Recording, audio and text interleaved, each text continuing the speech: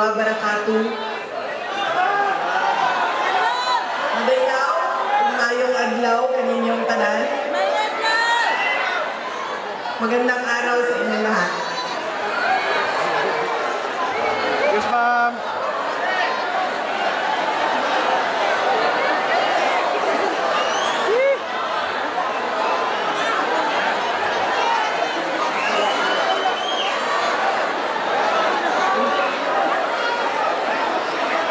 Go, atas doon. Ay, ayaw pa na tripod.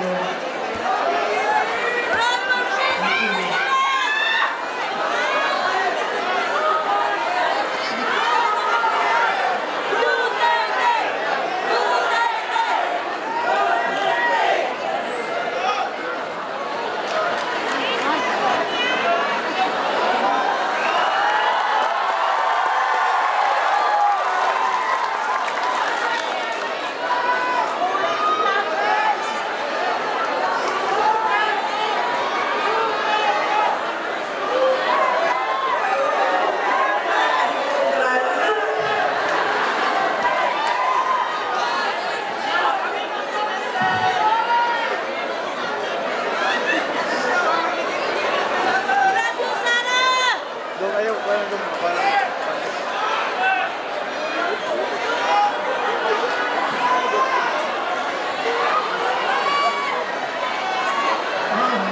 Ito daw mga nagtindog sa atubangan, nagyaw-yaw ang nasa likod na daw sila ito.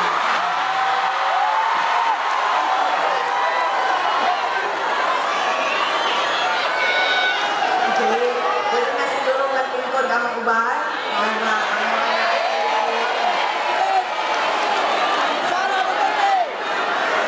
sa Philippine Association of Local Government Accountants Incorporated, sa inyong imbitasyon kanako na matambong sa inyong 8th Mindanao Geographical Conference. Thank you. Thank you very much.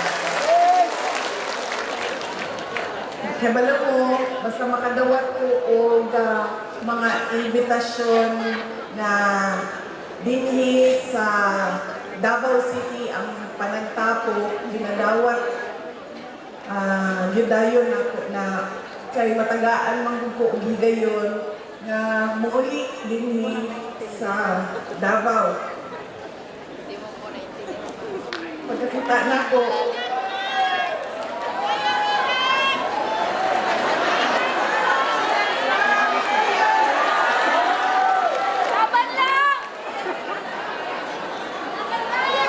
Pagkakita na ko sa ako ang mga kauban kaniadto sa City Hall,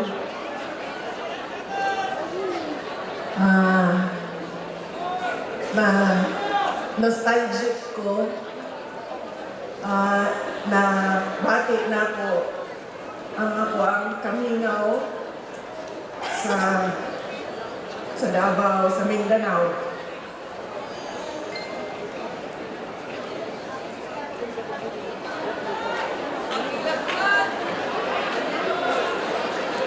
Kagahapon, so muna,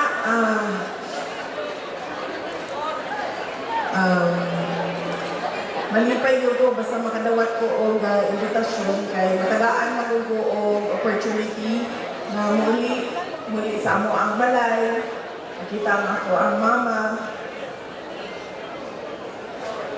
makaistorya o personal ako ang mama.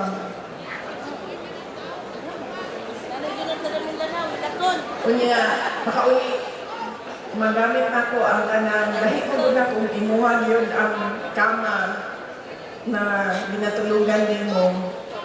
Dito magod sa Manila, nag-arkila lang niyo.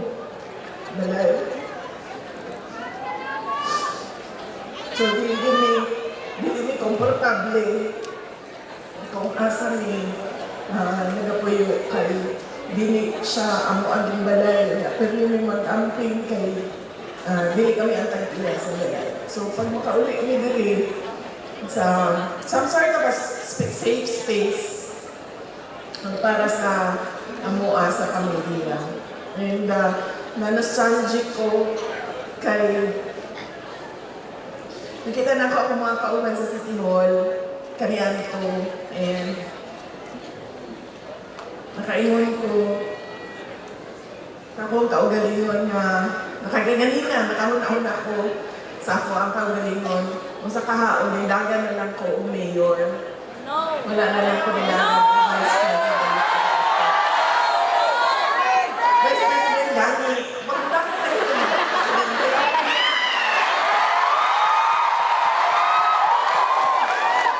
President na! President na! Okay na lang pagdagan sa presidente, nagkasinabot na taan ng tanan. Okay kayo! Okay na taan. Go!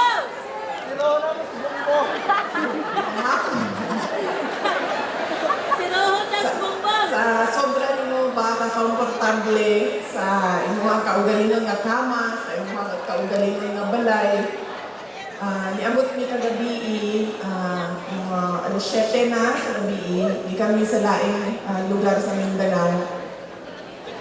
Nagsugod ko og tulog alas 9 sa gabi, yung mata ko alas 9 na sa buntag, 12 hours ko. Dire-diretso ako ang tulog. Hinana siya ka-comfort zone sa ako ang muli o Davao. Dili na ako mabuhat bisan asa. The comfort that Mindanao gives me, I do not get anywhere else in the world.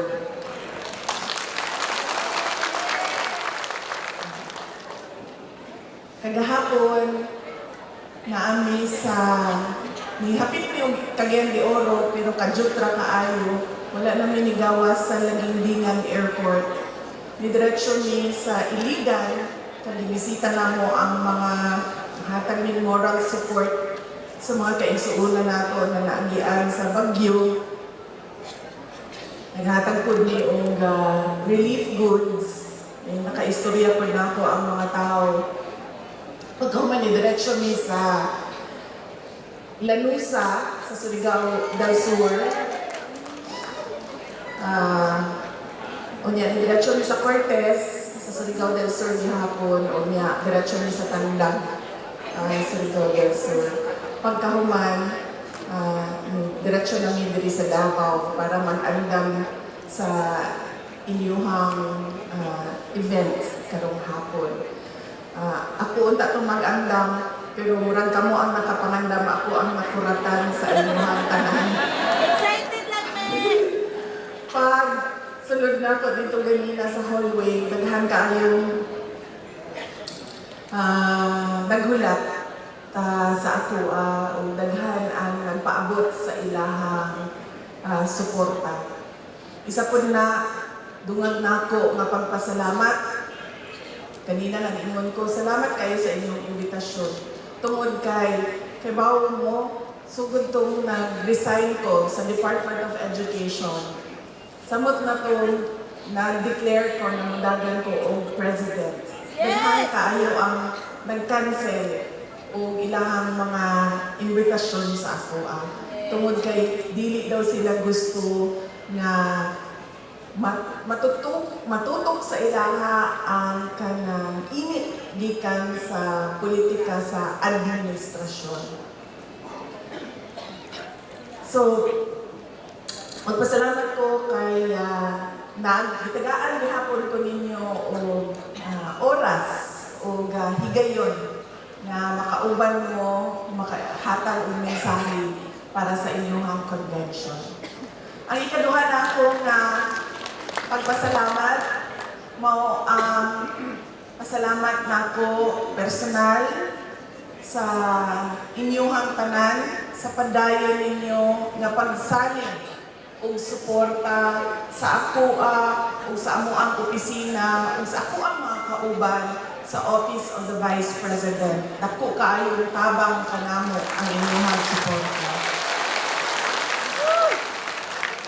Ang sunod na pagpasalamat, mao ang gikan sa amo ang pamilya Duterte. Dako kaayo ni og utang makabubuton kaninyong tanan mga kaigsuonan namo sa higayon nga ginahatag ninyo kanamo nga makaserbisyo sa ato ang nasod. Kay bawo mo ang amoang gahom, dili siya gikan sa amo ang apelido, dili siya gikan sa amo ang pamilya, dili siya gikan sa amo ang mga posisyon dinhi sa Davao, kundi gikan siya sa inyuhang tanan, mga kaigsuunan ng Pilipino. Kamo ang nagtukoy, kamo ang naghatag sa amoa sa posisyon, kamo ang naghatag sa amoa sa gahom nga ginakuptan namo karon. Mao na ang amoang pasalamat di gyud mahurot kay dako kaayo siya nga utang nga kabubuton namo kaninyong tanan. Ang sunod nga pagpasalamat maugikan kay dating Pangulong Rodrigo Duterte.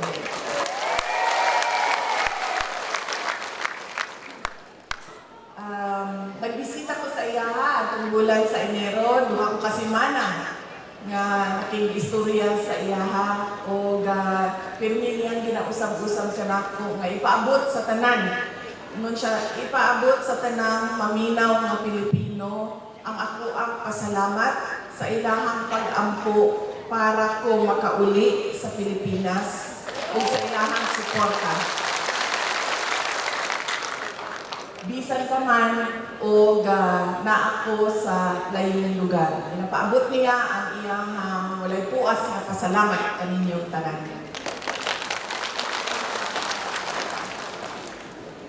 Since today is February 25, 40 years anniversary of EDSA, I'd like to give you a message about the EDSA People Power Revolution in relation to your team. 40 years ago, on the streets of EDSA, unarmed Filipinos faced tanks with nothing but courage in their hearts. They stood for one thing: accountability. Today, you are gathered under the theme, Lead, Grow, Excel. In a time of rising public desperation, where people are betrayed by the very inaction and indifference of government institutions, your theme is not mere words or decorations. They question what you stand for. Filipinos are rightly demanding to know where the money went, while they lose their homes and livelihoods to every storm. When budgets are bloated, but no tangible progress is felt, that is not technical error. That is failure of integrity in the budget process. To our accountants and finance officers, you are the unseen guardians of public trust. Your signature can release funds, or it can stop abuse. When the numbers do not add up, courage means saying no, even when it is uncomfortable, even when it is lonely. To our punong barangays, treasurers, and SK leaders, the budget that you protect from corruption is the protection of every Filipino family. Every transparent audit is an act of patriotism. February 25, 1986 has taught us that change does not always begin in the halls of authority, but it begins with conscience.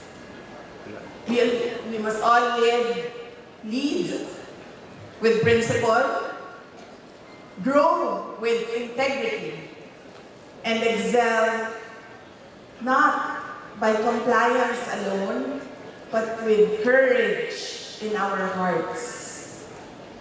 Accountability is a lonely road. Monang daghan ang muhilom na lang. And in the Philippines, it is a lonely road to nowhere. To stand firm in the face of threats, harassment, and bribery requires courage. But remember, when you feel lonely, every time you uphold what is right, you honor the spirit of people power. 40 years later, we are in this hall. The call is the same. Serve with integrity, protect the public trust, ug siguraduhon nato nga ang gobyerno magpabiling sulugoon ilalong sa mga tao. Ilabi na gyud sa mga kabus, gidaog-daog, o sa mga walay gahom. Mga kaigsuunan ko, higugmaon nato ang Pilipinas. Alang sa Diyos, sa nasod, o sa matang pamilyang Pilipino. Syukran.